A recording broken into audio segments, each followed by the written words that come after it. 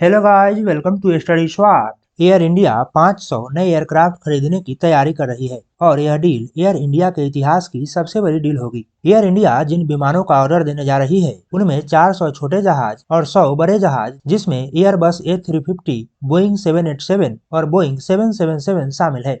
Air India को जनवरी में Tata group द्वारा एक्वायर किया गया था और तब से टाटा ग्रुप एयर इंडिया को रिवाइव करने का प्रयास कर रही है। तो आइए जानते हैं कि एयर इंडिया एक साथ इतनी बड़ी संख्या में विमानों को क्यों परचेज कर रही है। इतनी बड़ी संख्या में विमानों को एक साथ परचेज करने से एयर इंडिया को क्या समस्या आ सकती है और क्या इससे पहले कभी इतनी बड़ी संख्या में विमानों को एक साथ परचेज किया गया है। इससे पहले अगर आप हमारे चैनल पर नए हैं तो हमारे चैनल को सब्सक्राइब करें, वीडियो को लाइक करें और इसे दोस्तों के साथ शेयर करें। तो चलिए शुरू करते हैं। भारत दुनिया का सबसे तेजी से ग्रो करने वाला एयरलाइन मार्केट है और टाटा ग्रुप ने इस मार्केट को कैप्चर करने का प्लान तैयार कर लिया है। एयर इंडिया द्वारा 500 विमानों को शामिल करने से इंडियन एयरलाइंस इंडस्ट्री भी एक्सपेंड करेगी और यात्रियों के लिए भी अफोर्डेबल टिकट उपलब्ध हो पाएगा। एयर इंडिया भारत के साथ साथ भारत से विदेश जाने वाले एयरलाइन मार्केट पर भी वर्चस्व स्थापित करना चाहता है, जहां वर्तमान में विदेशी एयरलाइन कंपनियों का दबदबा है। एयर इंडिया में विस्तारा सहित कई अन्य कंपनियों का भी एक साथ मर्जर हो रहा है, जिससे एयर इंडिया को विमानों का एक बहुत बड़ा बेड़ा भी मिल जाएगा। इस मर्जर के साथ ही एयर इंडिया देश की सबसे बड़ी इंटरनेशनल एयरलाइन कंपनी बन जाएगी, लेकिन डोमेस्टिक फ्लाइटों में इंडिगो एयर इंडिया से काफी आगे है। टाटा ग्रुप एयर इंडिया को वर्ल्ड क्लास एयरलाइन बनाने की तैयारी में है, लेकिन टाटा ग्रुप के सामने कई समस्याएं भी है। वर्तमान में एयर इंडिया के पास जो डोमेस्टिक इंफ्रास्ट्रक्चर है वह काफी कमजोर है। एयर इंडिया के पास पायलटों की भी काफी कमी है और अन्य कंपनियों से भी एयर इंडिया को काफी टफ कंपटीशन मिल रहा है। फिर भी टाटा ग्रुप ने एयर इंडिया को रिवाइव करने के लिए जो प्लान तैयार किया है उससे इंडियन एयरलाइन इंडस्ट्री को भी काफी फायदा होगा। अगर एक साथ 500 विमानों को परचेज किया जाता है तो यह डील $100 बिलियन से ऊपर जा सकती है और यह डील अमेरिकी एयरलाइंस द्वारा एयरबस और बोइंग से परचेज किए गए 460 विमानों की डील को पीछे छोड़ देगा।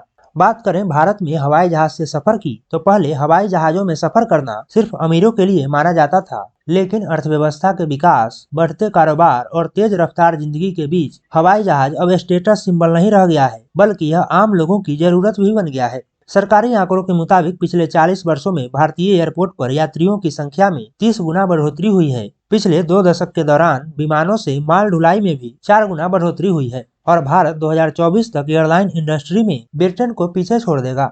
एयर इंडिया एयरबस 350 जैसे बड़े विमानों को लाने की तैयारी में है, जिससे एक बार में ही ज्यादा लोग सफर कर सकते हैं। इससे एयरलाइन कंपनियों का घाटा भी कम होगा और यात्रियों को सस्ता टिकट भी उपलब्ध हो पाएगा। एयरपोर्ट इंफ्रास्ट्रक्चर का भी काफी तेजी से विकास हो रहा है और छोटे शहरों में भी अब नए एयरपोर्ट बनाए जा रहे हैं। इससे आने वाले समय में डोमेस्टिक फ्लाइटों में काफी तेजी देखने को मिलेगी। एयरलाइंस कनेक्टिविटी को बढ़ावा देने के लिए भारत सरकार ने उड़ान स्कीम लॉन्च किया है। भारत सरकार ने लक्ष्य रखा है कि 2025 तक 220 नए एयरपोर्टों का निर्माण किया जाएगा। भारत सरकार के मुताबिक 2027 तक भारत में हवाई यात्रा करने वाले यात्रियों की संख्या 40 करोड़ पार कर जाएगी, जो कि एक बहुत बड़ा नंबर है। 2027 तक भारत में अमेरिका की टोटल आबादी से ज्यादा लोग हवाई जहाज से सफर कर रहे होंगे और इसी को ध्यान में रखते हुए एयर इंडिया ने एक साथ 500 विमानों को परचेज करने का फैसला किया है। एक नजर डालें एयर इंडिया के इतिहास पर तो इसकी शुरुआत 1932 में हुई थी और इसकी स्थापना JRD टाटा ने की थी।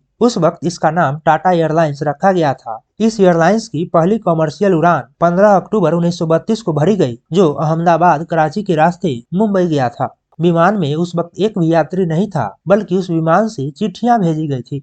साल 1933 में टाटा एयरलाइंस ने यात्रियों को लेकर पहली उड़ान भरी और द्वितीय विश्व युद्ध के बाद इसकी नॉर्मल फ्लाइट शुरू हो गई और इसका नाम एयर इंडिया रखा गया। 1947 में आजादी के बाद एक नेशनल एयरलाइंस की जरूरत पड़ी तो भारत सरकार ने इसमें 49% स्टेक खरीद लिया। 1953 में भारत सरकार ने एयर कॉरपोरेशन एक्ट पास किया और सरकार ने एयर इंडिया में कुछ और हिस्सा परचेज कर एयर इंडिया को सरकारी कंपनी बना दिया। 1954 में जब इसका राष्ट्रीयकरण हुआ तो सरकार ने 2 कंपनियां बनाई, इंडियन एयरलाइंस और air India. Indian airlines domestic flight के लिए और एयर इंडिया इंटरनेशनल फ्लाइट के लिए।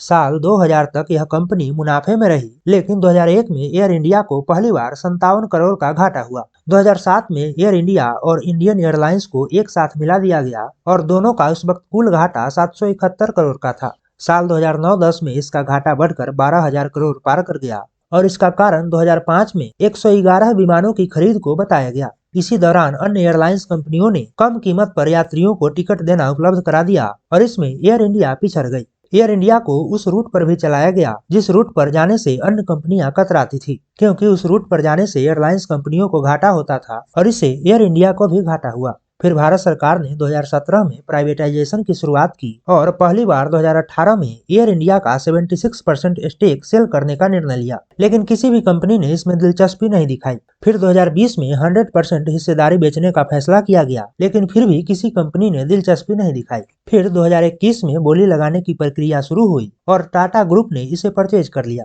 एयर इंडिया की खासियत है कि यह अभी भी 5 स्टार होटल ताज से ही खाना मंगाती है। एयर इंडिया खाना और नाश्ता मुफ्त में भी देती है, जबकि अन्य एयरलाइंस कंपनियां केवल पानी फ्री में देती है।